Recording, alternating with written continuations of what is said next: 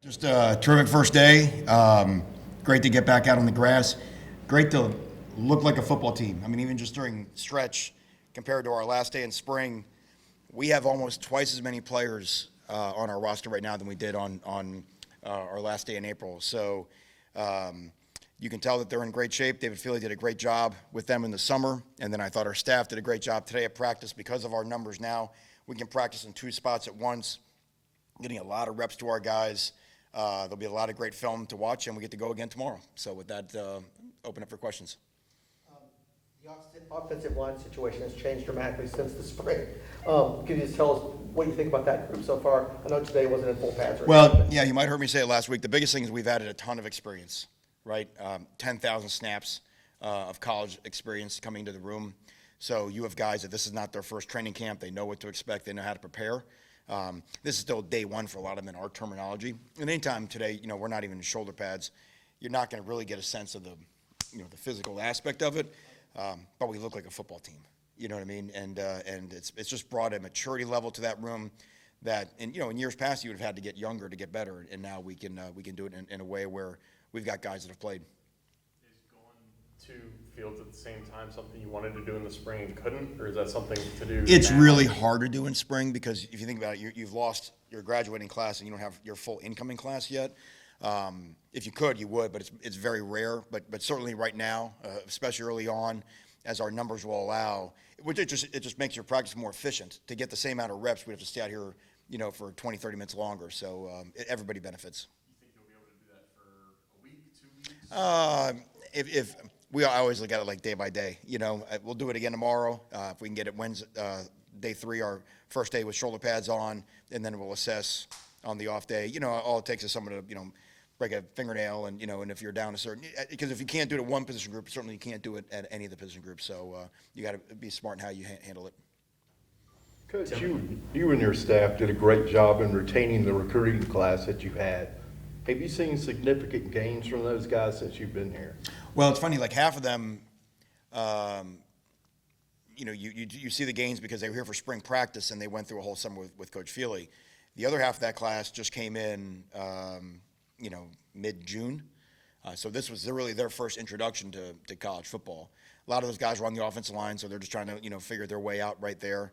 A couple of the guys on the defensive line, a couple of linebackers, whatnot, a couple of safeties. So we're happy with the young guys we brought in. The ones that came in the spring have done a great job acclimating to our program.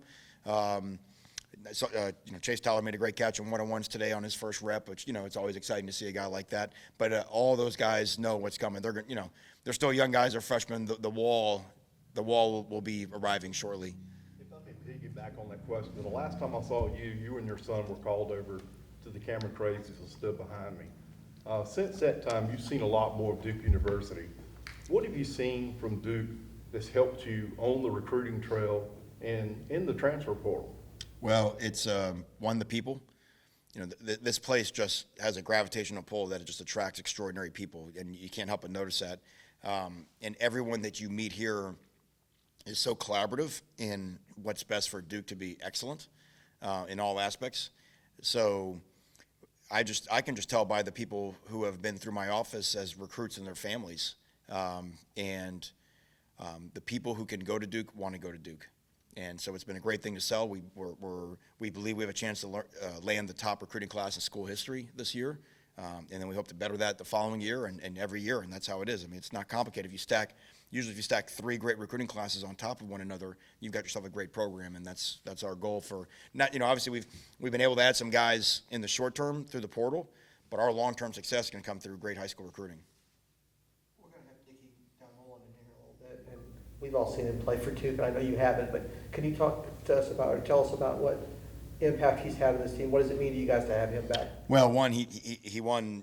Coach Feely's gave him an award as one of the top trainers in the weight room this summer. So you're adding not just a person who we think is a unique talent on the field that we believe in our offensive scheme can provide a lot of mismatches and a guy that can catch a high volume of balls, but you're also adding another older, experienced worker and someone who loves Duke, right? If he had existed in the transfer portal, he had to come here and have to figure out who everybody was here and what makes Duke unique. This guy already, literally bleeds blue, and was just walking around on our campus. I think maybe the passion for the game had kind of, dimmed a little bit.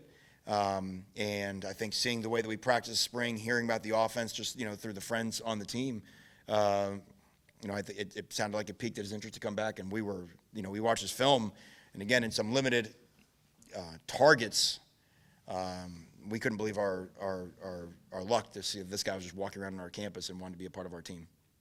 So it wasn't a tough decision to let him come back? No, Okay. a guy his size and strength that runs almost 22 miles an hour, those guys are hard to find. When you have so much experience coming in post-spring, what kind of challenge does that present, combining those two groups of players? Well, that's why getting them here with the summer with Coach Philly's program is so crucial, because we're not going to change for them. The word that coaches use all the time, overuse all the time, is culture, but here it's a real thing, and it exists in our weight room. So even before we had a practice today, all of those guys, it didn't matter what school they came from, they got to go through the baptism through the Church of Philly to understand what it means to play for Duke. And then now they do that. Actually, the practice is much easier to get acclimated to based off compared to what goes on in the summertime here. What's that Church of Philly like in your mind? Well, it's got a lot of sacraments to it. There's a sacrament of the track, there's the sacrament of the squat rack, the power clean, all kinds of boxes, agilities. There's all kinds of things. It's biblical. There's 7. It's Filius, I think, is the original Latin term. So, but yeah, they get through there and they are born again, literally. Anything else for Coach? Go ahead, Kate. I was going to say, last week at Pigskin Preview, Carrie, you shared the story about your whistle and how you've had it for years now. I'm just curious what it was like this morning, waking up, starting another year of college football, another year as a head coach, and kind of putting on that whistle that you've had for X amount of years and going back at it. It's super exciting. This is what we love to do, and there's a lot of things in our job description that are fun, but they're not coaching football. But in essence, we got into this to coach football, to, have an individual get somewhere they can't go on their own, to have a group, be able to achieve things that they can't do on their own.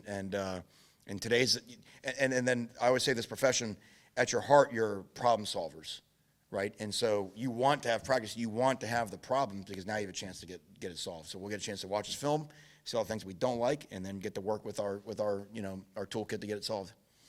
I think every day we'll start with the ring the bell, or was that special for today? In the No, first it's practice? you want it to be kind of random, where they have to respond to it and they don't know. But yeah, we'd have had a hard time waiting much further than that. We almost did it in the building and did one-on-ones in the locker room.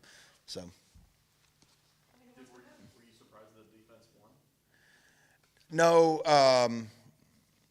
that's a difficult drill for the offense. They're really only allowed to run two routes.